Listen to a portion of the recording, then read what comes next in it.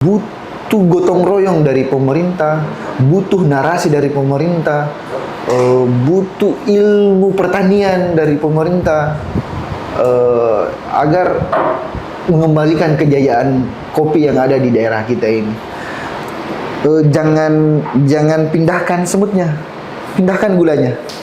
Sampai hari ini kami menjadi rantai makanan dari setiap keringat dari petani yang ada di Mamasa. Terima kasih.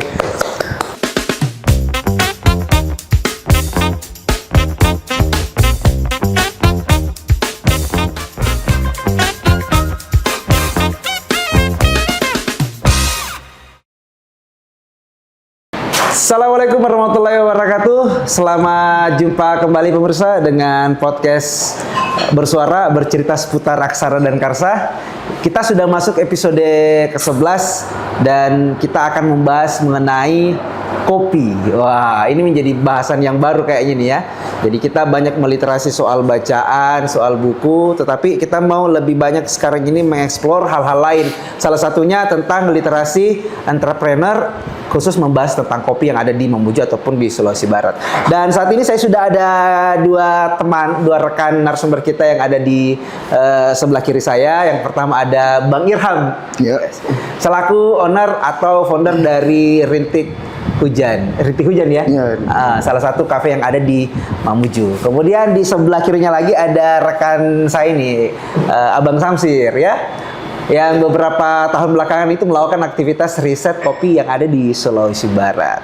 Nah, itu pengenalannya dulu nih untuk kedua narasumber kita. Selanjutnya kita akan tanya-tanya keduanya untuk ngobrol soal kopi yang ada di Mamuju. Oke, apa kabar? Ya, baik, alhamdulillah. Alhamdulillah, baik. Di Kak Samsir, bagaimana?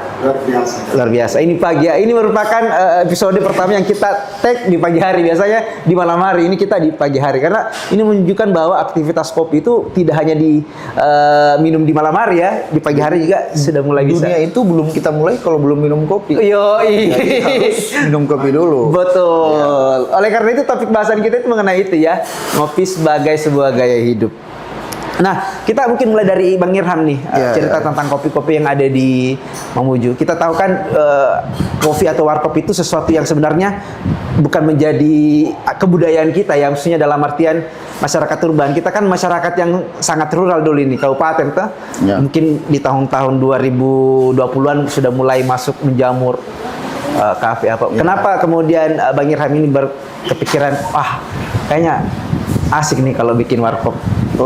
Sebenarnya kopi itu kan bekas peninggalan jajahan ya sebenarnya. Perkembangannya pun itu karena penyerapan budaya masyarakat yang awalnya setelah pulang sholat subuh. Kalau mungkin di Sumatera ada serambi-serambi tempat kumpul biasanya ada kopi di tengah-tengahnya dan sebagainya. Proses kalau di pinggir-pinggir kota-kota besar yang ada pecinaannya, mungkin kita kenal Punam dan sebagainya, tempat ngumpul bercerita dan sebagainya, kan warkop mulai dari situ perkembangannya. Nah, karena kota besar, banyak orang urbanisasi melihat itu, akhirnya daerah-daerah yang mulai berkembang pun mengikutinya dan sebagainya. Dan itu kan selaras juga dengan kebutuhan masyarakat pada dasarnya, seperti itu. Seperti literasi pasti ada spasi. Seperti kehidupan, kalau misalkan dalam setiap hal dalam pekerjaan harus ada kopi juga kan, harus ada jeda, harus ada jeda ngopi juga. Harus ada antara untuk menjadi penyambung seperti itu. Kalau kenapa sampai saat ini orang menjadikan sebagai lifestyle atau daily life-nya ya, mungkin itu lebih kebutuhan. Karena moving fast-nya manusia zaman sekarang ya, mulai berkembang sangat cepat. Buktinya hari ini kita jam 7 pagi loh kita ngopi hari ini. Setelah salat subuh orang jogging dan sebagainya. Dulu kan tidak. Orang masih di rumah, sarungan, main burung lah dan sebagainya kan. Sekarang tidak. Orang jam 7 itu moving fast. Betul. Ada yang sudah kerja, apa ada sebagainya. Jadi memang kopi sangat penting menjadi jeda di antara keseharian kita. Betul. Saya pendapat sekali ya sama Bang Irfan ya. Saya tuh kalau kerja merasa produktif kalau di warkop, kalau di kafe. Nggak tahu kenapa, ini mungkin satu hal yang perlu saya cari tahu juga kenapa. Kalau di rumah saya ada meja kerja tapi kayak tidak bisa bikin apa-apa. Nanti kalau ke warkop, ke kafe, itu mungkin Iya. salah Jadi, satu kopi mungkin menjadi doping untuk biar lebih iya agresif betul ya, ya, seperti bisa- itu ya. jadi bisa boleh jadi tuh kopi jadi dopinnya, sama kayak orang yang merokok, rokok bisa jadi dopinnya. Jadi hapus sifat itu. Oke, kalau Bang Samsir nih terkait dengan itu soal kopi. Kopi kan mengandung kafein ya, mengandung energi bagi siapapun yang meminumnya. Jadi bahkan di Eropa itu ada yang menggunakan kopi sebagai obat kuat. Jadi sebelum main bola mereka minum kopi, sebelum bekerja minum kopi. Dan budaya-budaya itu memang dari dulu kita di Sulawesi, kopi itu sebelum bekerja pasti minum kopi dulu. Karena memang kopi itu kalau kita lihat dari sisi kesehatannya, dia akan memicu memompa darah, memicu jantung untuk memompa cepat. Sehingga ketika kita minum pasti ingin selalu bergerak. Karena tidak bergerak itu bahaya. Jadi ada budaya itu di Sulawesi, ketika kita bertamu di rumah-rumah warga di kampung-kampung itu, mereka bertanya, "Bapak merokok atau tidak?" Iya. Kalau jawaban si tamu ini, "Saya tidak merokok," jadi kemungkinan besar yang dia keluarkan Teh. tuan rumah itu teh. Tapi kalau kita jawab merokok, pasti kemungkinan besar yang dikeluarkan adalah kopi. Dia kopi. Masyarakat itu sudah tahu dari zaman dulu bahwa ketika rokok ini kan mempersempit aliran darah dengan rokok ini. Tapi dengan adanya kopi itu kan memicu jantung untuk memompa cepat sehingga aliran darah itu tetap lancar. Jadi ada keseimbangan di situ. Iya. Sebenarnya Kak. Jadi kopi ini memang satu minuman khas yang memiliki potensi besar untuk aktivitas. Jadi sebenarnya kalau dari katanya Kak Samsir ini boleh jadi itu sudah menjadi budaya kita ya di kampung-kampung dulu, kemudian diadopsi oleh masyarakat kota ini yang membawanya kemudian ke aktivitas di kafe, di warkop sebelum melakukan aktivitasnya di hari itu. Sebenarnya kopi itu awalnya kan memang komoditi pasar ya, yang dibawa. Kalau kita lihat di Sulawesi ini kan yang bawa pedagang dari Yaman kan, pedagang dari Yaman, kemudian dipasarkan, dijadikan komoditi unggulan di pasaran, sehingga pada saat pasca penjajahan Belanda itu sudah mulai lebih besar lagi di pasar. Itu sih sebenarnya. Jadi kopi ini bukan hanya minuman biasa, justru minuman kelas.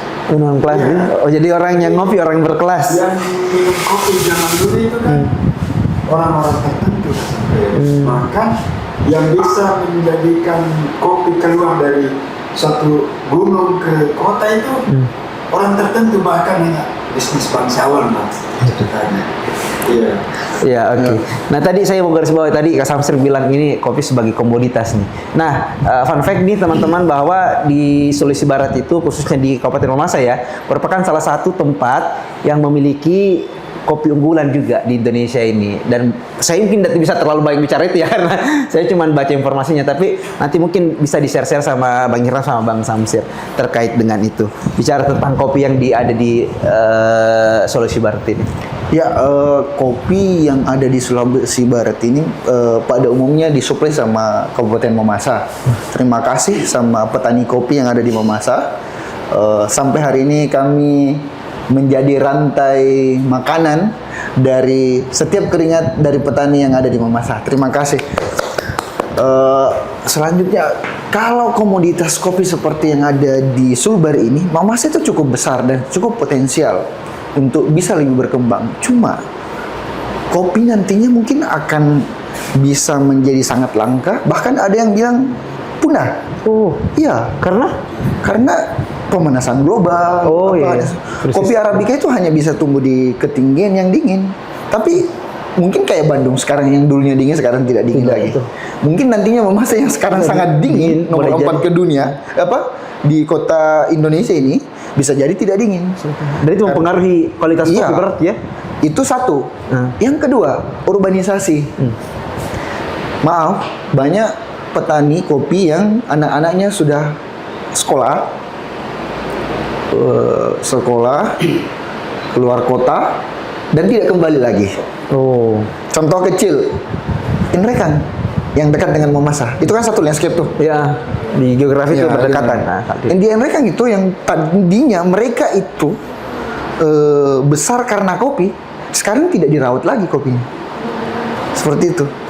Jadi kemungkinan besar beberapa tahun ke depan kopi akan sangat langka dan sangat akan mahal.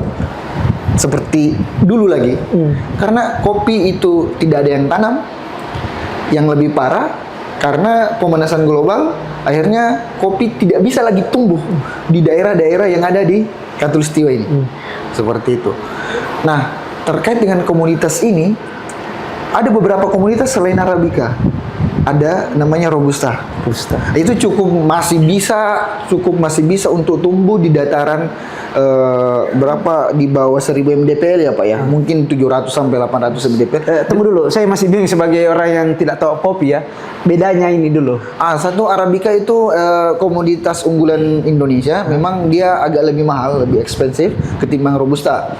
Kalau Arabica itu dia cenderung lebih acid, lebih asam kopinya. Dan dia agak kurang pahitnya dan kafeinnya agak kurang. Makanya agak sangat-sangat disukai sama Eropa. Banyak ekspor kita itu Arabica ketimbang Robusta. Robusta itu hanya menjadi pendamping karena Robusta itu cenderung lebih pahit. Seperti itu. Kan memang pada awalnya kopi itu menjadi alternatif setelah opium dan sebagainya. Di masa lalu ya, sangat candu itu kan. Iya, candu. Dianggap kopi ini lebih aman ketimbang opium, daripada opium yang bisa memberikan efek khayal dan sebagainya. Orang-orang menjadi memilih kopi seperti itu. Akhirnya dikembangkan. Indonesia sangat cocok untuk komoditas ini. Akhirnya berkembang di zaman penjajahan seperti itu. Nah, kembali tadi ke komoditas ini ada Arabica sama Robusta. Robusta itu sangat cocok untuk di daerah seperti Sulawesi Barat ini, apalagi kayak Kalumpang, mungkin sekitar Bonehau Mambi, Iya. yang perbatasan itu sangat-sangat cocok. Karena memang daerah yang sudah berada di ketinggian ya. Ya, dan perfect. Robusta akhir 2025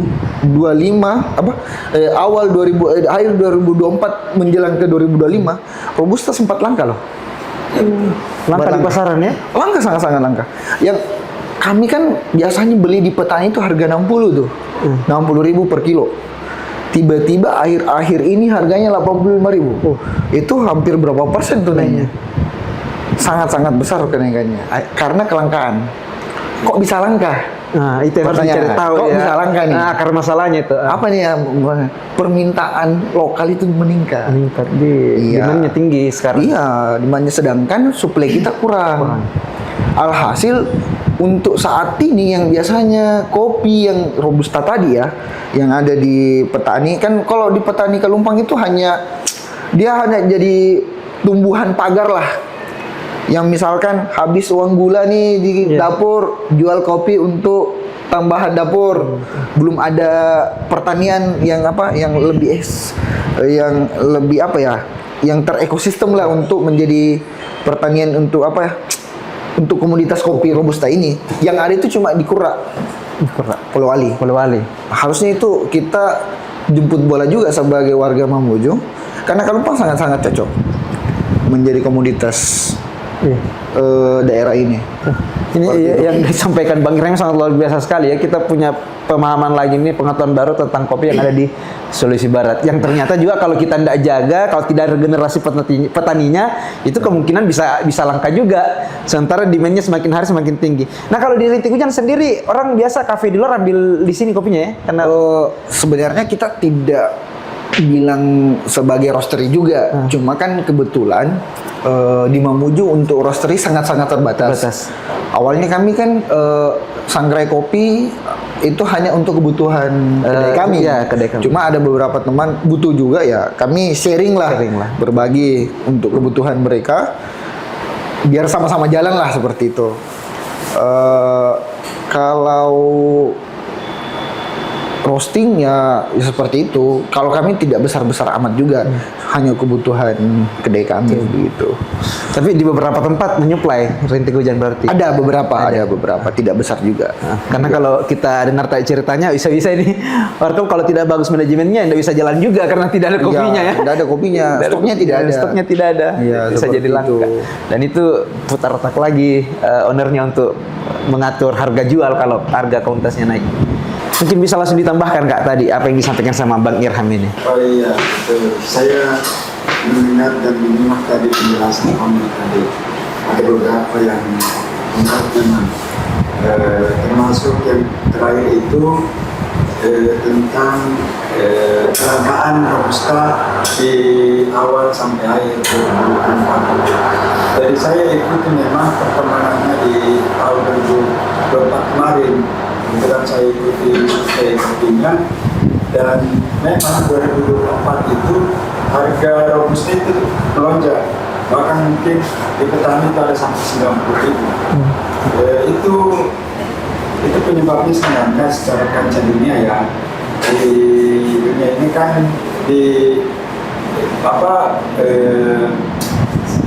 yang menjual kopi terbesar di dunia kan untuk robusta kan Vietnam. Sementara Vietnam tahun lalu itu gagal panen. Otomatis para pengekspor kopi itu kan mencari kopi. Salah satu tempat yang mereka cari itu adalah di Indonesia, karena di Indonesia masih banyak robusta di tempat tertentu, termasuk di Sumatera Utara, termasuk di Goa, Masakan, di Sulawesi sampai ke Mamasa. Jadi Mamasa Pindrang itu salah satu penghasil, yang betul tadi dibilang bahwa robusta itu banyak ditemukan di Pindrang. Sebenarnya kopi yang ada di Pindrang itu kebanyakan diambil dari Mamasa. Jadi kopi Mamasa yang jalurnya kan dekat ke Pindrang itu, termasuk di daerah SMS itu, Sari-Sari, Sakala, Supirang, sampai ke bawah itu kan jalur tembusnya perbatasan langsung dengan Mamasa. Jadi akses jualnya ke orang Mamasa itu lebih dekat ke sini. Termasuk kopi yang dibahas tadi, ketinggian kopi cocoknya di mana. Kopi robusta kan cocok di Sulawesi ini, dan ketinggiannya tidak terlalu tinggi. Misalnya robusta kan cocok di 700 ke bawah. Bahkan di Mamasa itu daerah Mambi, Hulu Mambi, itu kan hanya sebagian yang menanam Arabica, tapi selebihnya itu robusta karena memang ketinggian. Setelah di Hulu Mambi itu baru kebanyakan Arabica. Jadi kopi ini memang mungkin dari sisi owner pasti tahu bagaimana cita rasa dari itu. Iya, betul. Dan kopi memang itu kalau Arabica tidak bisa hidup kalau bukan di ketinggian. Susah mungkin hidup, tapi kualitasnya, terus buahnya juga tidak maksimal, pasti kerdil. Dan ada juga tadi dikatakan ada Arabica, ada robusta. Yang saya temukan juga ada Liberica. Jadi kalau robusta itu kebanyakan orang bilang kopi kampung atau kopi Belanda. Hanya sebutnya itu ya. Kalau di Toraja sih sebenarnya orang bilang kawa kan secara umum. kopi. Tapi kan dimulai dari Toraja, Embrekan, itu kan yang dikenal dengan penghasil Arabica kan. Kita di Mamasa ini di Mamuju itu saya dapat di Sandapan masih besar dan masih Mamuju. banyak petani kopi. Cuma mereka petaninya banyak, cuma hasil kopinya sedikit. Ya. Itu penyebabnya kan tidak diurus lagi kopi. Bisa boleh jadi diganti sama tanaman nila. Ya, Ya, kaki gunung yang tiba-tiba hype. Dan sampai masih banyak pohon kopi, masih banyak. Bahkan saya sempat keliling-keliling di dusun Sandapan itu masih banyak penghasil kopi. Bahkan saya sempat beli kopi di sana. Minum pribadi ya, karena masih belum dilaksanakan Baik. masif Ya, oke. kita di Mamuju ini. Kalau di Mamasa sebenarnya masih luas petaninya, pertanian. Cuma itu lagi belum semasif di Toraja. Karena kan orang Mamasa sudah ada periode tertentu ketika kakao masuk, kopi ditinggalkan. Jadi masih tanaman seperti itu. Mana lagi mahal, Itu lagi yang ditanam. Oke. Apalagi kalau sejarah kopi kan memang sudah ada periode-periode tertentu ketika kopi masa penjajahan kan. Kopi kan besar itu pada masa Belanda di Sulawesi ini. Ketika Belanda sudah menguasai tahun 1906 itu, awal kopi terbesar di Sulawesi itu kan memang Belanda yang kuasa. Setelah datang lagi Jepang, kopi mulai ditinggalkan. Ya kayak betul-betul. Kopi ditinggalkan. Setelah Jepang pergi, Indonesia merdeka. Di situ kembali kopi ada. Mulai di, kalau tidak salah ada salah satu perusahaan. Kalau bisa disebut itu namanya PT Sulatko kan. Jadi itu perusahaan terbesar di Indonesia waktu itu. Untuk urus kopi. Ya. Sekarang kayaknya PT Sulatko sudah dikelola sama kapal api mungkin. Ya. Ya, dibeli saham yang secara menyeluruh mungkin sama Iya. kapal api.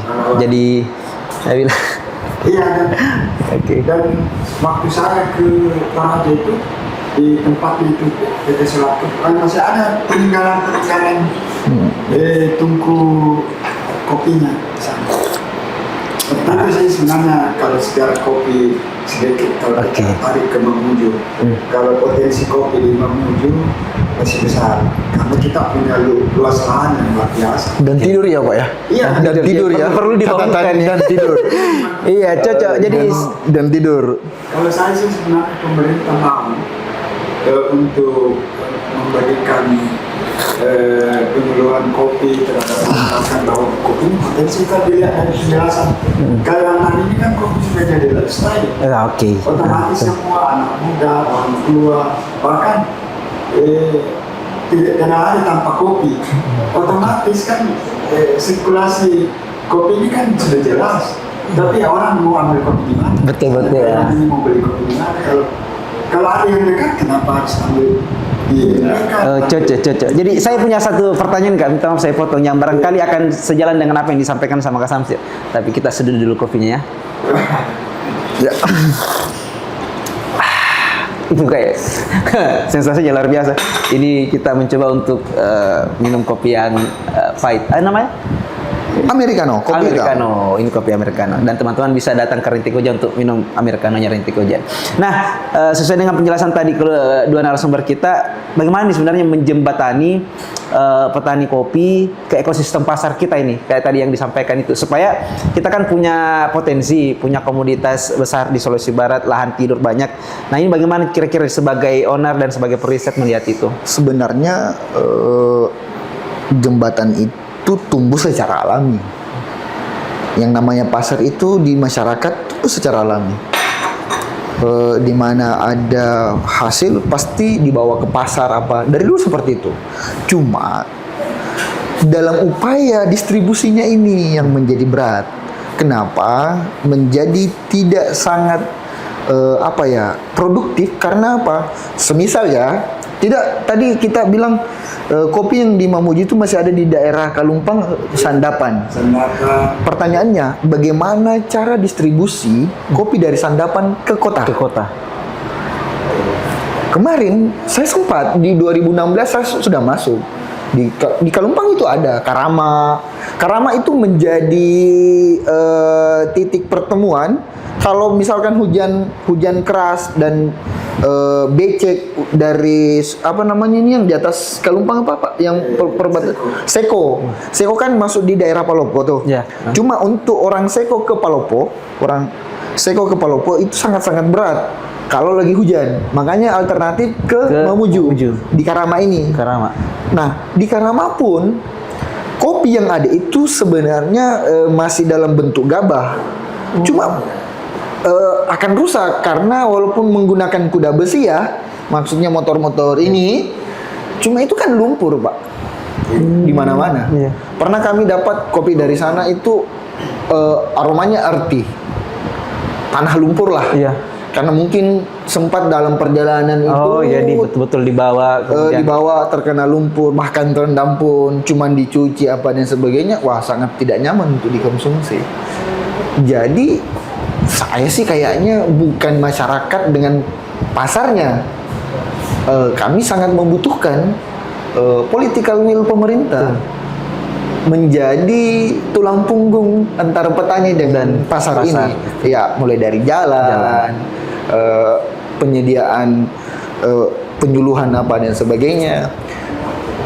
Kenapa petani kita tidak mau lagi tanam Pak? Bahkan meninggalkan, kita bilang tadi. Karena tidak ada pola menurut saya. Kenapa tidak ada pola? Ya, misalkan kopi kan hanya menghasilkan uang di 6 bulan sekali. Dalam 1 tahun mungkin 1 kali. Berarti saya sekali Biasanya itu 3 bulan. 3 bulan. Masanya 3 bulan dari panen biasa, panen raya sama lelesan. Itu 3 bulan sih masanya. Tapi dalam 1 tahun ya bisa dibilang cuma waktu itu, di 3 bulan itu mereka mendapatkan penghasilan. Di sisa bulannya bagaimana? Itu menjadi pertanyaan. Makanya di daerah-daerah seperti Dampit, Jawa Tengah itu mulai dengan cara tumpang sari Pak. Tumpang sari. Jadi sistemnya itu sistem pagar. Antar tumbuhan yang sebelah sini mungkin 3 meter, tapi antar pohon itu 50 cm. Jadi kayak pagar tuh. Iya. Pagar. Jadi pagar 3 meter, kan ada 3 meter nih selisih. Di dalam itu palawija yang 3 bulan sekali. Jadi mereka akan tetap hidup di per 3 bulan itu karena ada tumbuhan yang lain. Tumbuhan lain seperti itu. Jadi mungkin pola-pola seperti ini perlu diupayakan agar bangkit gairah kembali untuk menanam. Jujur, beberapa tahun ke depan mungkin kopi akan sangat langka. Jelas. Dan itu akan sangat mempengaruhi harga ya jelas. Di kafe, di kafe karena langka kan. Kalaupun ada yang murah itu ada campurannya. Itu. Ya. Kalau komoditas naik, harganya naikin, demandnya tinggi, tapi di pasar tetap harganya sama, berarti kemungkinan sudah tercampur. Iya, sudah tercampur. Jadi sebagai ada menarik itu soal harga sampai. Jadi yang saya dapat ini semua komoditi pertanian ya. Ketika panen besar, dia akan turun harga. Tapi kopi itu unik. Ketika panen besar, justru harganya naik. Jadi beberapa tahun ini saya ikuti, itu ketika panen besar, kopi itu selalu naik. Ini juga menyarankan. Jadi ini menarik di dunia kopi ini. Ketika kopi panen raya, pasti itu harganya selalu naik. Itu karena apa itu? Nah, ini hasil panen kayaknya mungkin kurang. Karena memang kopi ini sudah mulai ditingkatkan dan sedikit. Jadi mau tidak mau pasti harganya terus naik. Iya. Nah, bagaimana caranya kalau supaya kopi ini bisa ada jembatan seperti yang kita bilang tadi kan? Sebenarnya kalau kita mau belajar di Sulawesi ini pada umumnya di Toraja itu Pak. Ketika ditanya apakah mau meninggalkan kopi atau mengganti komoditi yang lain atau tidak, jawabannya sama, saya tidak akan meninggalkan kopi Karena kalau saya tidak jual, saya minum. Oh, I see, sama betul persis betul. yang ada di Mamasa itu. Di Mamasa kan ada juga budaya adat mereka kan ketika misalnya ketika ada acara besar pasti minuman khasnya kan kopi. Jadi cara mereka untuk mendapatkan kopi yang banyak kan semua petani yang ada di kampung itu mereka kumpulkan kopi. Kan malu kalau mereka Datang tidak bawa kan? kopi. Jadi hal itu menjadi sebenarnya budaya yang bisa menunjukkan bahwa ini masih potensi untuk dijual, potensi untuk dikembangkan. Ditambah lagi budaya-budaya lifestyle itu, semua warkop pasti butuh kopi. Kalau tidak ada kopi di Sulawesi pasti kan ambil di Sumatera, ambil di Goa, tempat lain kan di luar Mamuju ini. Nah ini kan beresnya kita di Sulbar ini kan kebanyakan gunung kan. Iya betul, konturnya kebanyakan Kontur gunung. kita gunung. Tambah lagi kita punya potensi alam yang luar biasa, subur. Jadi Kayu dan batu jadi tanaman. jadi subur itu begitu. Di tanam kopi pasti subur. Jadi masih potensi besar. Apalagi pemerintah saat ini kan lagi menggenjotkan ketahanan pangan. Kenapa tidak melirik kopi? Apalagi kita di Mamuju, di daerah pegunungan, Mamasa, Sulbar ini pada umumnya itu potensi besar. Dan kopi ini kan Betul. bahan ekspor yang hasil jualnya luar biasa. Iya. Tidak ada matinya. Jadi kesimpulannya itu barangkali harus selalu ada political will ya, harus ada keberpihakan secara langsung dari pemerintah dalam menjembatani antara petani dan marketnya sendiri atau pasarnya sendiri. Nah kita kembali ke Bang Irham ini sebagai seorang owner di Rintik Hujan ini yang sudah berlangsung 5 tahun lebih ya, Iya, iya. usia berdirinya Rintik Hujan. Kita sepatutnya bisa nih kasih tips-tips sedikit lah untuk teman-teman yang barangkali baru mau bikin usaha, khususnya usaha kopi ya. Karena tadi sempat sebelum kamera dimatikan itu bicara tentang gaya hidup yang stoicisme dan sebagainya sebagai owner, supaya teman-teman yang baru mau bikin bisnis tidak takut ini bikin bisnis gitu, khususnya untuk ekosistem kopinya ya. Sebenarnya saya terlalu sederhana ya Pak ya. Saking sederhananya saya tidak mempercayai hal-hal yang terlalu baru.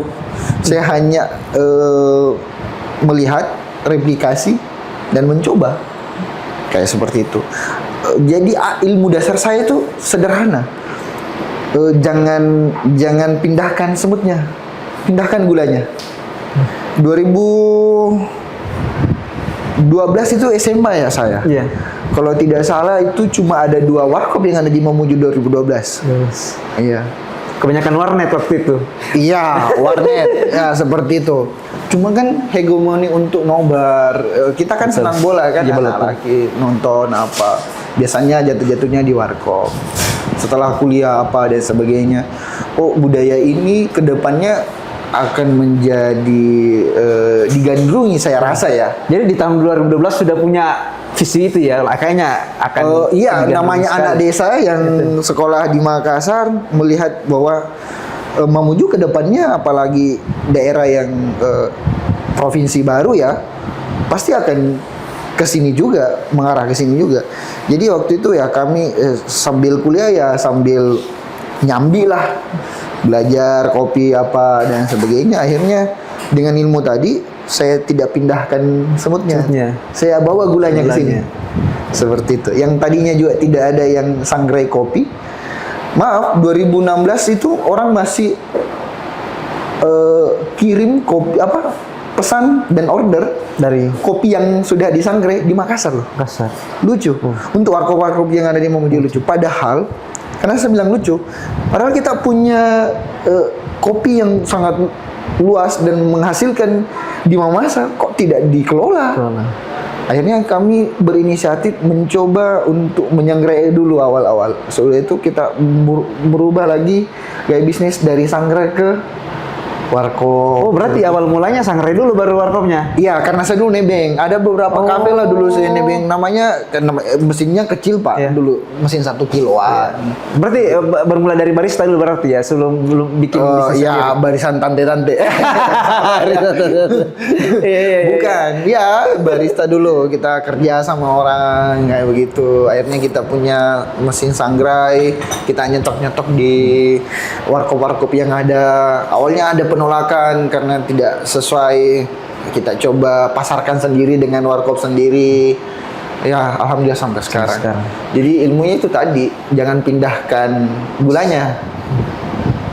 Jangan pindahkan sebutnya, tapi bawa gulanya Bawa ke gulanya sini. Saya harap dengan kacamata seperti itu, teman-teman yang ingin baru mulai usaha bisa dicoba dengan tapi dengan perhitungan ya, jangan asal-asalan juga. Namanya Mamuju masih daerah berkembang, ya cukup perlu berhitung untuk skalanya seperti itu karena ya penduduk masih sedikit seperti itu. Betul. Iya. Apalagi kampus-kampus itu banyakan di Majene ya, di Mamuju ini Ya. nggak terlalu banyak. Kan biasanya juga tuh kalau di kota-kota urban kayak Makassar apa, yang paling banyak sebenarnya itu kan mahasiswa juga. Salah Iya, satu mahasiswa. konsumen terbanyak di kafe-kafe. Karena kalau mau kerja tugas di kafe, termasuk saya ini yang terasa produktif kalau kerja di kafe atau warkop. Nah, kalau sebagai Kak Samsir ini menyoal itu tadi, bagaimana kalau misalnya teman-teman khususnya dalam mendukung supporting sistemnya kafe-kafe ini terkait kopi. Jadi saya sebagai orang yang dekat dengan kopi, Kak, saya selalu bilang bahwa kopi sampai kapanpun itu akan menjadi primadona komoditi yang akan terus dinikmati oleh orang. Saya ketemu dengan Pak Haji Nasir yang ada di kaki gunung di Banten itu. Dia dari dulu, umurnya sekarang katanya sudah 60 lebih. Dari dulu dia bertani kopi, semua sekelilingnya bertani sayur-sayur. Dan dia tidak mau meninggalkan kopi. Karena kenapa? Sekali panen, dia langsung haji. Jadi potensinya luar biasa. Saya ketemu dengan Pak Kepala Desa yang ada di Bone-Bone, kaki gunung Atimojo itu. Dia bilang, saya bersaudara itu sekolah karena kopi. Bagaimana saya bisa tinggalkan kopi? Saya ketemu dengan orang-orang yang ada di Rana, di Mamasa itu. Mereka itu masih mempertahankan kopi. Kenapa? Karena mereka masih beranggapan bahwa kopi ini adalah bagian dari budaya kami. Bagaimana kami meninggalkan budaya itu? Dan seperti itu potensi kopi itu. Bagi saya sebagai orang yang suka ketemu dengan petani kopi, teman-teman pengusaha kopi, saya rasa kalau mau berbisnis kopi itu peluangnya luar biasa karena masih ada kopi yang ada di dekat dari tempat kita, khususnya di Mamuju ini. Dan anak-anak muda yang tidak mau lagi berkebun kopi itu adalah anggapan yang sangat keliru. Dan kenapa? Karena kopi ini potensinya besar. Kita malu ke kota tapi tidak malu ngopi dari jerih payah orang tua kita.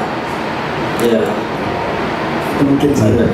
Ini tadi versi keluar ceramah-ceramahnya sedikit. Ya, Samsir. Nah, kita masuk bagian akhir ini. Mungkin bisa dari Bang Irham dulu untuk memberikan semacam closing statement atau kesimpulan terhadap perbincangan kita pada pagi hari ini, baik itu berupa pesan dan kesan kepada para pemirsa kita nih, di podcast Perpustakaan. Ya, jadi kopi selain political will yang dibutuhkan ya, perlu juga narasi yang lebih komprehensif untuk membangun sehingga menjadi budaya. Saya rasa seperti itu. Untuk mengembalikan kejayaan kopi di daerah kita ini tidak cukup satu warkop, tidak cukup satu orang yang konsumsi kopi dan addicted itu tidak cukup. Butuh gotong royong dari pemerintah, butuh narasi dari pemerintah, butuh ilmu pertanian dari pemerintah agar mengembalikan kejayaan kopi yang ada di daerah kita ini. Luas lahan kita katanya subur ya Pak ya. luas lahan kita katanya subur. Cukup subur, bahkan sangat subur katanya. Tapi tidur. Iya, tapi tidur. Mungkin kami tidak hanya bisa mengatakan seperti itu karena memang kami juga mengakui karena kami bukan petani. Kami bukan petani. Tapi kami berharap ada peran pemerintah agar menambah apa ya? Atau kalau tidak bukan menambah ya, mungkin supaya ada petani baru yang lebih milenial, yang lebih terbuka wawasannya bahwa kopi ini sebenarnya menjanjikan. Menurut saya sangat-sangat menjanjikan. Betul tadi kita bilang bisa naik haji, betul Pak, bisa. Cukup sangat bisa dengan harga yang sekarang ya petani. Jadi mohon perannya kita gotong royong kembalikan kejayaan kopi yang ada di Nusantara ini. Ya itu saja. Itu ya, pesan yang sangat luar biasa. Ini barangkali juga sebagai pesan kepada seluruh owner juga ini. Mari kita sama-sama membangun ekosistem yang sehat di Mamuju terkait dengan pengusaha kopi ini supaya kita bisa sama-sama hidup dan membesarkan. Nah, Kak Samsir gimana closing statement-nya? Kalau saya anak muda yang ada di Kalumpang, anak muda yang ada di Sandapan, yang ada di Mamasa, yang ada di sekitaran Mamuju, yang mau melirik kopi, kita tunggu di Warkop Merah. Kita bahas kopi dengan baik. Oh iya, oke. Itu kayak. Oke, demikianlah teman-teman, menarik sekali perbincangan kita. Ada banyak hal yang bisa kita serap. Tadi ini kalau di dunia kampus ini sudah 2 SKS ini kita bahas kopi ya. Alhamdulillah banyak sekali ilmu yang bisa kita dapat, baik itu dari segi kopinya ataupun dari segi bisnisnya. Nah, saya tutup dengan satu pernyataan yang paling sederhana. Cara yang paling bagus atau cara yang paling baik untuk membantu teman-teman petani kopi dan pengusaha kopi adalah beli kopinya, minum kopinya. Saya pikir itu demikian. Allahumma fiqh ila komentari. Wassalamualaikum warahmatullahi wabarakatuh. Terima kasih.